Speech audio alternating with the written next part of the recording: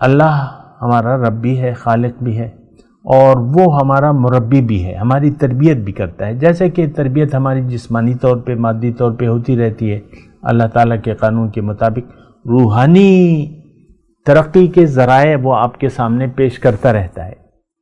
میرا اپنا ایمان ہے کہ انسان کو ہر انسان کو زندگی میں اللہ تعالیٰ سمجھنے کا، سدھرنے کا موقع دیتا ہے، اور اس موقع کی بنیاد پر اس کی پوچھ گچھ بھی ہوگی.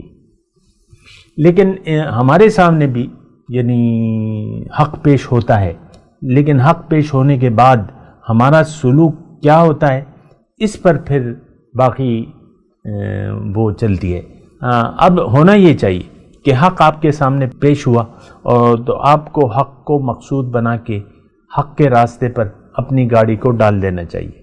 یعنی جو راستہ اللہ تعالیٰ کی طرف جاتا ہے اس راستے پر آپ کو چل دینا چاہیے، تمام ذرائع اس کے لیے وقف کر دینے چاہیے، اور آپ کو بزبان حال یہ اعلان کر دینا چاہیے کہ انی وجہت وجہی للذی فطر السماوات والارض حنیفا وما انا من المشرکین. اور آپ کو یہ اعلان بھی بزبان حال کرنا چاہیے اپنے عمل سے کہ ان صلاتی ونسکی ومحیایا ومماتی للہ رب العالمین.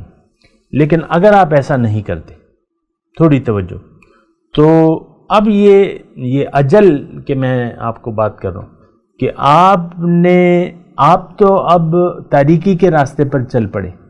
ایسا وقت آئے گا کہ آپ ناقابل اصلاح ہو جائیں گے، ناقابل اصلاح ہو جائیں گے.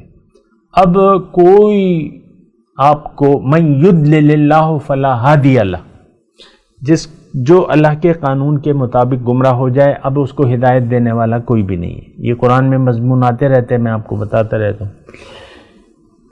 قانون الہی کے تابع ہو کے، قانون الہی کے تحت اب آپ کا ضمیر مردہ ہو گیا، آپ مر گئے. انک لا تسمع الموتى ولا تسمع الصم الدعاء اذا ولوا مدبرین.